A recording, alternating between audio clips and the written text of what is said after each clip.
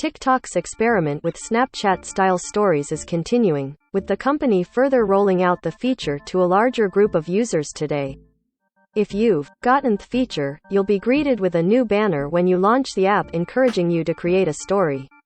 In a statement provided to TechCrunch, TikTok noted that, currently, we're expanding a pilot test, which provides creators with additional formats to bring their creative ideas to life for the TikTok community, although that doesn't say how many users are currently included in the test or what the future rollout of the feature will look like. Adding a video or photo to a story works extremely similarly to taking a photo or video for TikTok's standard feature, with the same editing tools, effects, filters, and sounds. Unlike a regular TikTok video, though, stories won't show up directly on your profile or feed and disappear after 24 hours.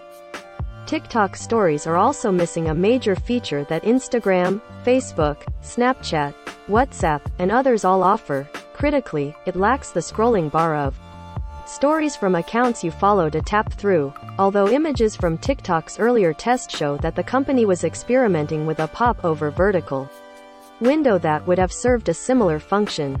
Right now, though, the only way to see a TikTok story, assuming you've been selected to try the feature out, is to see a blue circled profile picture on a video you're watching. Tap it, and you'll launch you straight into the story feed for that user. You can also see the same blue circle on a user's profile if you're viewing it, and tapping the profile picture there will also let you view the story.